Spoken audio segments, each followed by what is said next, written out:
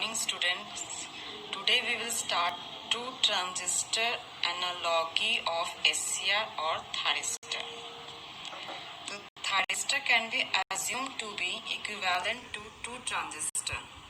As we have shown here, 4-layer thyristor SCR is made equivalent to two PNP and NPN transistor. We can assume that it has been split from here and we will get equivalent PNP and NPN transistor.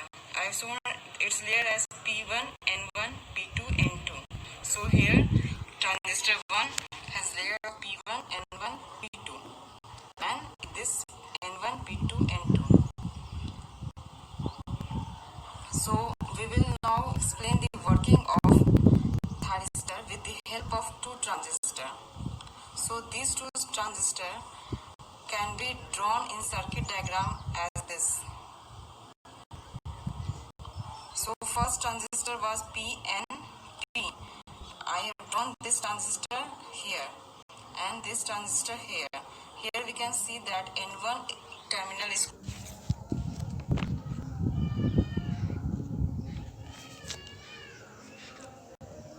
common. So we can also see in this diagram, circuit diagram, that N1 is common and P2 is common. And in this IC2 current is flowing and this IC1 current is flowing. So when this thyristor is forward biased, as I shown in last class, it is forward biased by connecting anode to positive terminal and cathode to negative terminal of battery.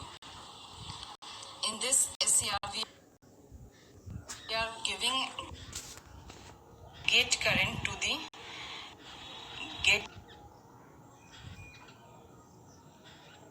terminal by connecting voltage source like we have shown in last class. So we will now start the working of thyristor with the help of two transistor analoging. We have shown the transistor connection, its emitter terminal, its collector. So it is collector current IC1, IC2. When we apply gate current to this point, then it is applied to here. This gate current becomes base current of transistor Q2, IB2. So IB2 is equal to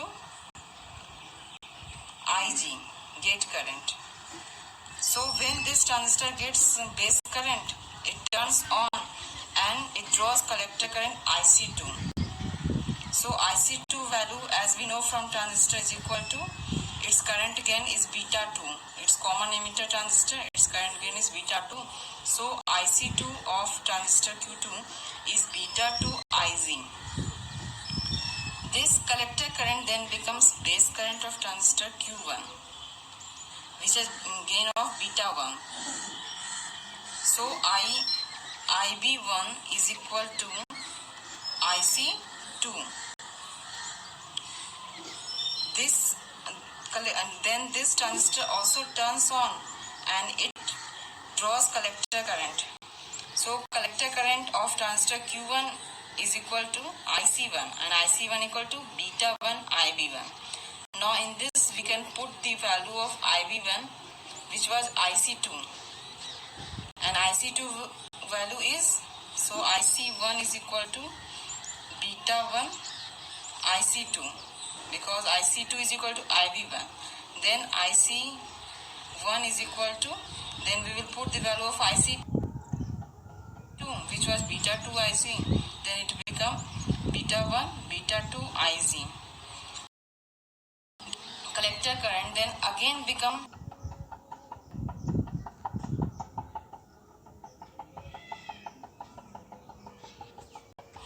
base current of this transistor,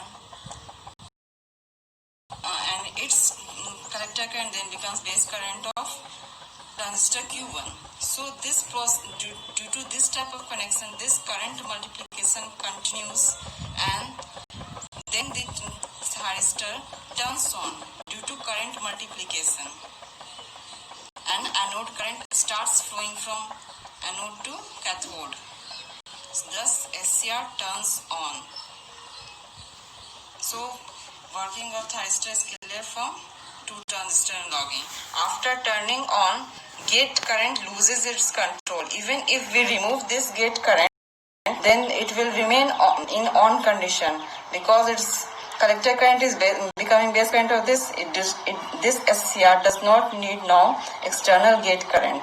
So gate loses its control after turn on. So it's clear. Okay, thank you.